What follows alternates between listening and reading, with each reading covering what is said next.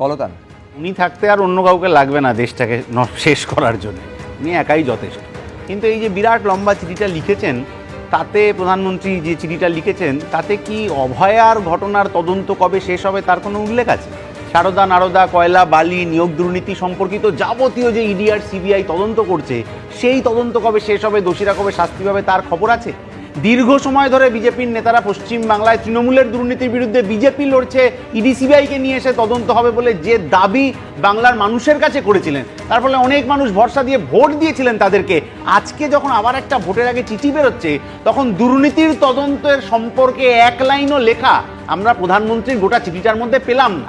তাহলে আজকে অনুপ্রবেশকারী রোহিঙ্গা ইত্যাদি ইত্যাদি নিয়ে বিজেপির এখানকার নেতারা যা বলছেন, সেই সম্পর্কিত কোনো তথ্য আমরা পাইনি যে রোহিঙ্গা কত পাওয়া গেল পশ্চিমবাংলায়, অনুপ্রবেশকারী কত পাওয়া গেল ইত্যাদি ইত্যাদি।